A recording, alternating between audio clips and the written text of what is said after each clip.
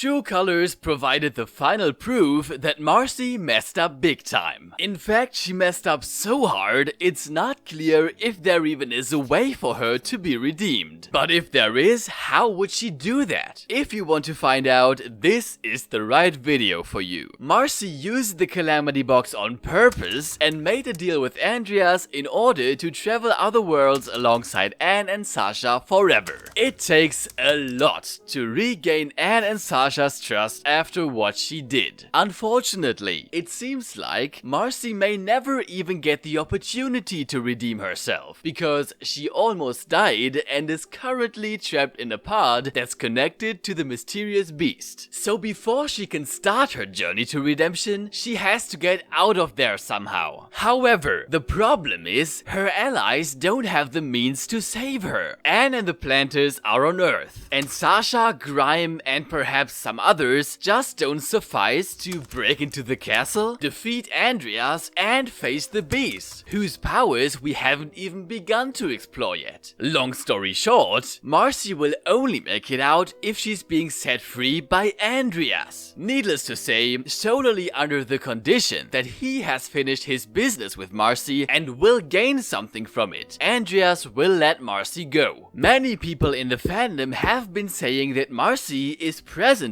being brainwashed and will return as a villain in season 3. If that's the case, before her redemption arc begins, she also has to regain consciousness and so on. In other words, we don't know exactly what the future holds for Marcy, but season 3 is simply not long enough to give Marcy a steadily progressing redemption. Consequently, there are exactly 3 different options to deal with the situation properly. Option A last-minute redemption. A last-minute redemption certainly isn't the optimal alternative, but it's probably more fulfilling than no redemption. Working with the little screen time the conscious Marcy will be getting, instead of the usual long-term development, her redemption will consist of a single, highly impactful action. What could such an impactful action look like? The first idea that comes to mind is, of course, protecting another character with one's own life. Though I feel a simple life sacrifice does in fact not suit Marcy's situation. A redemption is only truly a redemption if it makes right what was wronged. Marcy's flaw was being too focused on herself, not considering others' feelings and wishes. She blindly assumed they all wanted what she wanted and were willing to give up everything else just in order to be together. Now she has to learn and prove that she's not selfish